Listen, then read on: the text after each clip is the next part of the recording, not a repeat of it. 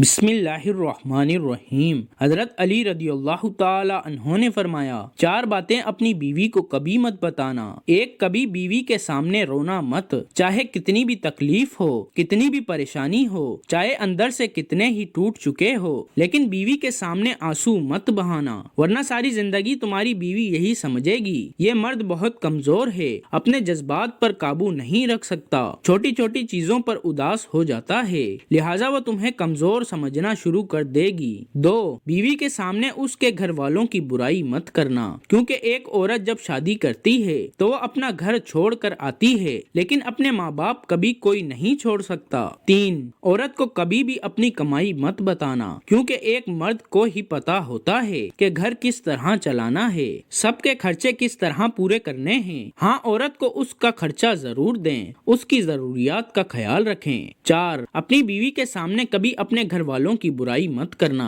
کیونکہ اس طرح تم خود ہی اس کی نظر میں اپنی عزت ختم کر دو گے۔ شادی کے دن نئے نویلی دلہن نے ایک اٹیچی کیس کی طرف اشارہ کرتے ہوئے اپنے شوہر سے وعدہ لیا کہ وہ اس اٹیچی کیس کو کبھی نہیں کھولے گا۔ شوہر نے وعدہ کر لیا۔ شادی کے 50ویں سال بیوی جب بستر مرگ پر پڑ گئی تو خاوند نے اسے اٹیچی کیس یاد دلایا۔ بیوی بولی، اب یہ وقت ہے اس اٹیچی کیس کے راز کو فاش کرنے کا، اب آپ اس اٹیچی کیس کو کھول لیں۔ خاوند نے اٹیچی کیس کھولا تو اس میں سے 2 گڑیاں نکلیں۔ خاوند کے پوچھنے پر بیوی بولی، میری ماں نے مجھے کامیاب زندگی کا راز بتاتے ہوئے نصیحت کی تھی کہ غصہ پی جانا بہت ہی اچھا ہے، اور ماں نے مجھے طریقہ بتایا تھا کہ جب بھی اپنے خاوند کی کسی بات پر غصہ آئے تو تم بجائے خاوند پر غصہ نکالنے کے ایک گڑیا سی لیا کرنا۔ تو مجھے جب بھی آپ کی کسی بات پر غصہ آیا تو میں نے گڑیا سی لی۔ خاوند 2 گڑیا دیکھ کر بہت خوش ہوا کہ اس نے اپنی بیوی کو کتنا خوش رکھا،